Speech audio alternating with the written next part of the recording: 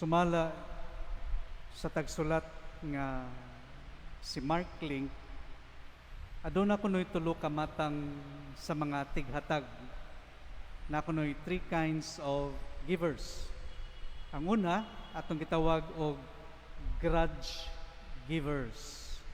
Mga tao nga muingon nganong mohatag man ko.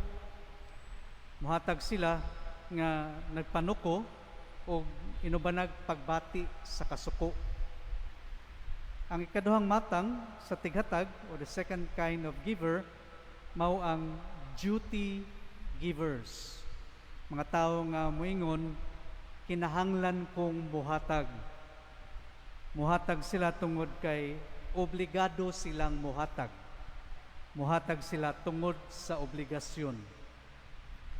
Ay katulong nga matang nga tighatag or the third kind of giver atong gitawag og thanks givers. Mga tao nga moingon gusto kong muhatag. Muhatag sila sa ilang maayong kabubuton, muhatag sila nga kinasing-kasing ug muhatag sila nga mapasalamaton. How about us, my dear brothers and sisters? Unsang matanga kita sa mga tighatag? How do we give? Muhatag ba kita nga kanunay may tao sa palibot aron daygon ta? O muhatag ba ta bisag way tao nga nakakita kanato? When do we give? Muhatag ba kita kung abunda ta? Or muhatag ba ta bisan kita aduna ray gamay? And what do we give? Muhatag bata sa mga butang nga wala nato kinahanglana? O muhatag bata bisan sa mga butang nga gikinahanglan pa nato? Kung bahin sa paghatag, may mga tao nga walay pagduha-duha sa paghatag. Ang duha ka byuda sa mga pagbasa karon nahisakop niini. Ang byuda sa unang pagbasa mihatag sa iyahang katapusang kumkum nga harina o jutay nga lana nga olibo. Sa iyang pagpaambit niini, siya o ang iyang kaugalingong anak nga lalaki mahimo nga gutomon o mahimong mamatay sa kagutom. Kay mao naman kato ang ilang katapusan nga pagkaon. Ug sa pagkatinuod, murag dako nga pagbiay-biay nga kining kabus kaayo nga byuda nga ubos sa iyang katapusang hakop sa harina o gamay nga lana, mao pagyud ang gihangyo sa paghatag kang propeta Elias og makaon og mainom. Ang gamay nga harina ug ang gamay nga lana nga nahabilin igo na alang sa Dios aron makahimo siya og milagro. Tungod kay nakigbahin ang kabus nga byuda sa iyang pagkaon ni propeta Elias, siya ug ang iyang anak naluwas sa panahon sa kagutom. Sa iya o ang iyang pagkamaging hatagon gisuklian gigantihan pag-ayo sa Dios. Ang iyang usa na lang kakumkum nga harina ug jutay nga lana sa olibo wala mahurot. Usa ka dako nga milagro nga last na gid niya nga kumkum nga harina ug lana, pero iyang gipaambit ngadto kang propeta Elias. Ug tungod sa iyang pagkamaging hatagon, gibendisyonan siya sa Dios. Siya ug iyang anak nabuhi sa panahon sa kagutom ug wala mahurot ang iyang harina ug lana. Ang byuda diha sa ebanghelyo mihulog sa iyang katapusang duha ka sensilyo ngadto sa panudlanan sa templo. Sa paghatag niya niini, siya usab sama sa byuda sa atong unang pagbasa mahimong gutomon ug mahimo sang mamatay sa kagutom. Kining duha ka sensilyo nga nagkantidad og pipila ka sentimo maura ang iyang nabatonan ug bisan pa niana iyang gihatag ang tanan. Sukwahi sa uban nga nakabutang og dagkong kantidad nga naghatag gikan sa sobra nila sa ilang bahandi, no? So gihatag niya ang tanan sa Dios tungod kay nagsalig siya nga atimanon siya sa Dios. Siya hugot nga nagtuo nga ang Dios kansang pagkamaging hatagon walay kinutuban dili mobiya kaniya. Sa laktod nga pagkasulti, ang kabus nga byuda naghalad sa iyahang tibuok kaugalingon, sa iyang tibuok kinabuhi, sa tibuok niyang pagkatao. Siya naghimo sa sakripisyo nga walay pagduha-duha tungod sa iyang gugma sa Dios ug tungod sa iyang pagsalig sa Dios. Ang atong mga pagbasa mga igsoon ko ni Kristo naghulagway alang kanato sa tulo ka importante nga Kristohanong leksyon. Una, our being, ang atong pagkatao, increases in the measure that we give it away. No? Kita, atong pagkatao mo tubo, mo lambo sa sukod sa unsay atong gihatag. Ang paghatag naghatag ka nato og labaw pa tungod kay ang Dios wala gayud muhunong sa paghatag.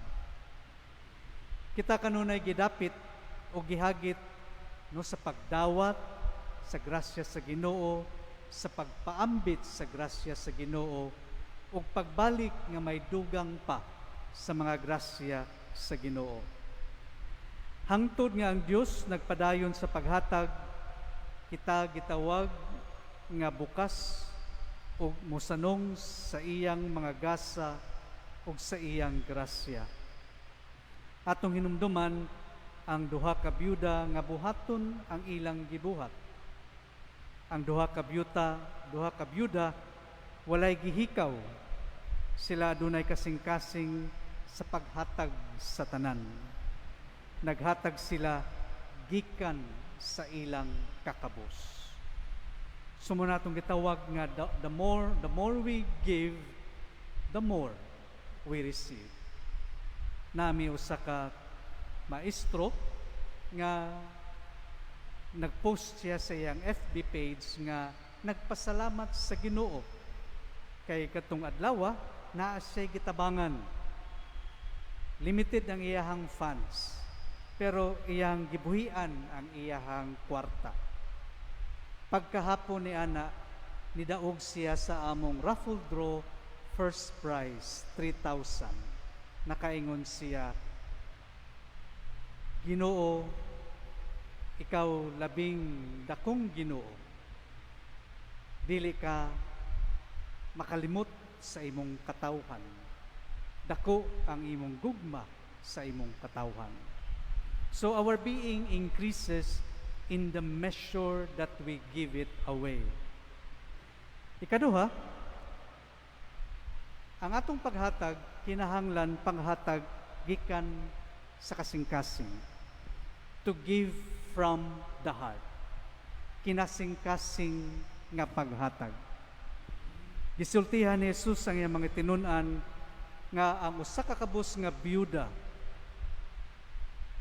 nga naghulog og duha ka gagmay nga sensilyo sa panudlan sa templo, naghulog og labaw pa sa gipanghulog sa uban, kay ang gihulog sa uban sobra man sa ilang bahandi. Apan siya bisan sa iyang kakabus mihatag sa tanan nga iya. Gihatag niya ang tanan nga iyang gisaligan aron mabuhi. Mao nga gidayeg ni Jesus ang mapaubsanong kontribusyon sa byuda tungod kay kini nagrepresentar sa tanan nga anaa kaniya. Wala lang niya gihatag ang iyang kwarta, kundili ang tibuok niyang kasing-kasing ngadto sa Ginoo. O kini labing makapahimuot sa Dios. Gisukod ni Jesus ang mga kasing-kasing sa mga nanghatag didto sa panudlan sa templo, dili sa kadaghanon or kadak-on sa gihatag nila, kundili sa kalidad niini. No, kabug-uson or kinatibuk-an niini. Sa atong paghatag mga igsoon ko ni Kristo, kinahanglan nga aduna kitay katuyuan sa pagpahimuot sa Dios kaysa pasidungog o pagdayeg gikan sa uban. Ang mga buhat nga pagkamabination o kaluoy, mupanalangin sa tao nga naghatag o ang tao nga nidawat niini. So nga tong ebanghelyo karon nagtawag kanato nga kumuhatag banta, kinahanglan kinasing-kasing nga paghatag. Og talking about paghatag, dili lang ni siya about money or kwarta mga igsoon ko diyan ni Kristo. Daghan kitag mahatag. Pwede nato mahatag ang atong oras. Pwede nato mahatag ang atong presensya. Pwede nato mahatag ang atong mga maayong pulong. Pwede nato mahatag, mapaambit ang atong mga maayong buhat. Pwede sab nato mahatag ang atong katigayunan o parte sa atong katigayunan. So it's not all about money. It's about our whole being. Unsa ang atong mahatag. No? So si Jesus nagtudlo kanato nga ang tinuod nga paghatag kinahanglan magagikan sa atong kasing-kasing. Dili gikan sa atong huna-huna. Ang usa ka gasa nga gihatag nga adunay pagpanuko o alang sa pagpakitang tao lamang mawad-an sa bili niini. Ang pananggasa nga gihatag tungod sa gugma uban sa espiritu ug pagkamaghinghatagon og sakripisyo dililhon kaayo. Ikatulo, ang paghatag hangtod kita masakitan ug hangtod nga kini dili na sakit, no? To give until it hurts and until it hurts no more. Ang duha ka byuda naghatag kanato sa talagsaong panig-ingnan sa paghatag hangtod nga kita masakitan. Siguro daghan nato ang nakasuway na niini nga muhatag hangtod nga masakitan ta. Ang uban muundang og hatag kay nasakitan sila.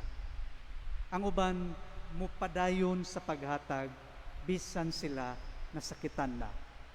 To give until it hurts no more. Kini usa ka tin-aw nga mensahe og hagit kanato ang Ginoong Hesus naghangyo kanato sa paghatag gikan sa atong kawad-on kaysa gikan sa atong sobra. Gawas kung gibati nato ang ingon nga kasakit, wala pa kita tinud-anay nga naghatag.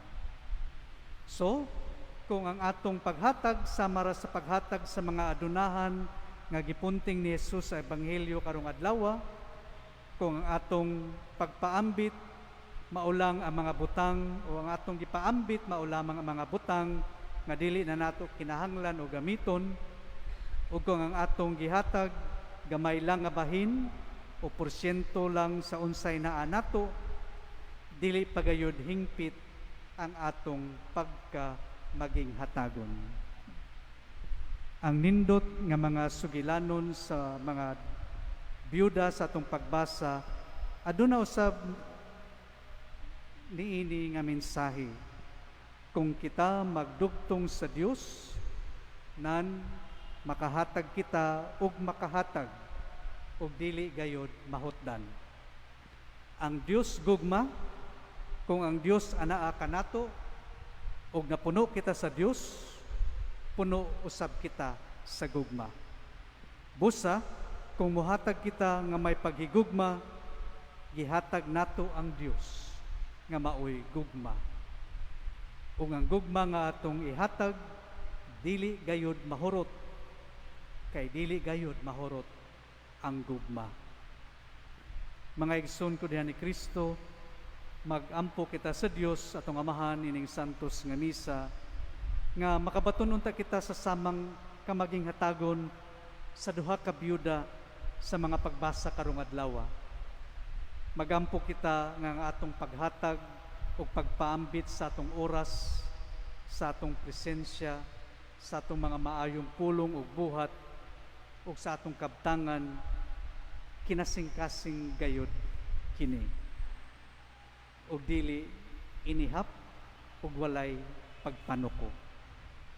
Hinaot pa unta, nga sukad karong adlaw, kung kita gitawag nga magpaambit o muhatag, gikan kini sa atong kasing-kasing.